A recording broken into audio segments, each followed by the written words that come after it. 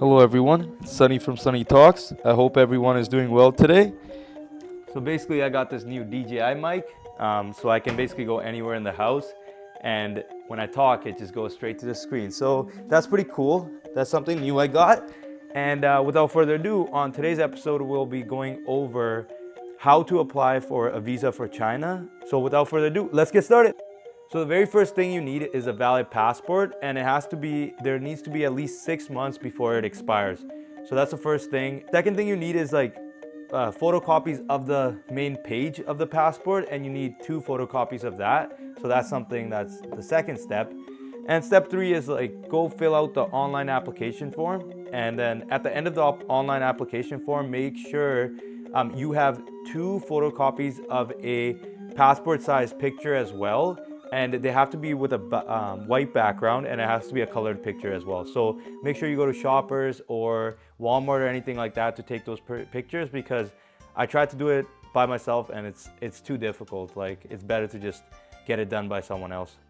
Once you got that, you have to actually show your itinerary, which includes both your flights there and back, for how many ever days you're going, and you have to show a reservation for hotels as well. What I did for the reservation part is that there's a lot of hotels that don't require you to pay up front, and you can just pay at the spot.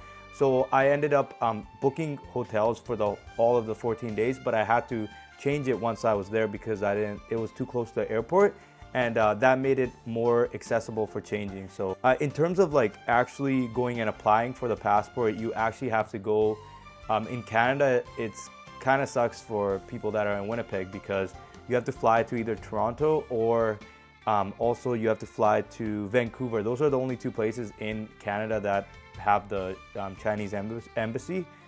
So I had to actually do it in Delhi, India, because it was the most accessible one to me. I didn't have time to fly to Toronto or Canada, and I was going to India anyway, so I got it done there. But there I actually had to do a couple extra steps.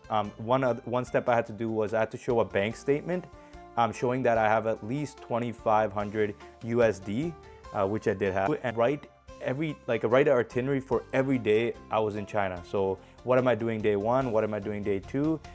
For the 10 days I was there. So that was a little bit tedious, but however, go to China. It's beautiful. It's very, very advanced. I ordered food online, and look, a robot came and gave it to me in my room. 好的，我继续工作啦。他们关闭中，请让一让吧。This was so cool.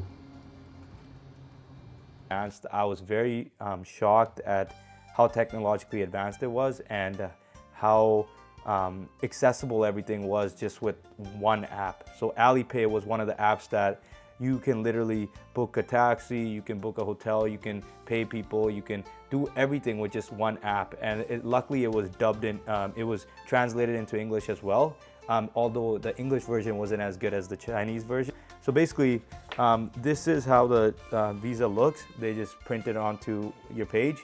I did only do a single entry one, but luckily they just gave me one for until my passport expires, like a month before my passport. So they basically gave me this for a really long time, and I'm gonna be using it for sure because there's so many places that I still want to go in China. So yeah, those are the steps that you need. It's quite simple, except for the part where you have to book flights and everything in advance, and you only have a 90-day period. You can't start it 5 months in advance. It has to be within the 90-day period, so you have to have all that booked. So that's the only part that I didn't like. It's not guaranteed. So for instance, if you apply for the visa and then you don't get it, they reject it, you lose money.